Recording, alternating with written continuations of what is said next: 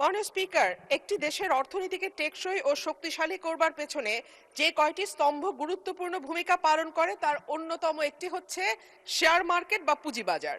আজকের বিশ্বে যেসব দেশের অর্থনীতি সমৃদ্ধ ও প্রতিযোগিতামূলক, তাদের শক্তির অন্যতম উৎস হচ্ছে শেয়ার বাজার। কিন্তু আনফরচুনেটলি বাংলাদেশের শেয়ার বাজার 96 সালে একবার এবং 2010 সালে একবার ভয়াবহ রকম পতনের শিকার হয় এবং সাধারণ ছোট বিনিয়োগকারী যারা শেয়ার বাজারে বিনিয়োগ করেছেন তারা ভয়াবহ রকম লসের শিকার হন। এবং দেখা গেছে যে যে শ্বেতপত্রটি প্রকাশিত হয়েছে সেটি বলছে গত 15 বছরে শেয়ার বাজার থেকে লুট হয়েছে 1 লক্ষ কোটি টাকার ওপরে।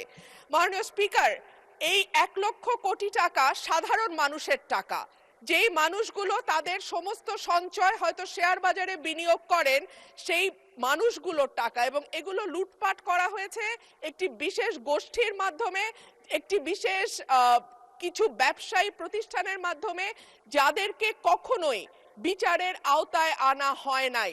মাননীয় স্পিকার, আমি আশা করব যে বাংলাদেশের অর্থনীতি, যেটি এখন নানান কারণে সমস্যার মুখে আছে, আমদানি রপ্তানির অবস্থা ভালো নয়, পুঁজিবাজারের উপর মানুষের আস্থা নাই, এই সার্বিক পরিস্থিতিতে আমি আশা করব যে মাননীয় অর্থমন্ত্রী বাংলাদেশের শেয়ার বাজার লুটপাটের সঙ্গে যারা জড়িত তাদেরকে যেমন জবাবদিহিতার আওতায় আনবেন, একইভাবে Bangladesh security and exchange commission, যেটা নিয়ন্ত্রক সংস্থা হিসেবে পরিচিত, সেই সংস্থাটিতেও দক্ষ এবং যোগ্য মানুষদের সম্মিলন ঘটিয়ে বাংলাদেশের শেয়ার বাজারকে আবারও একটি আস্থার জায়গায় নিয়ে যাবেন।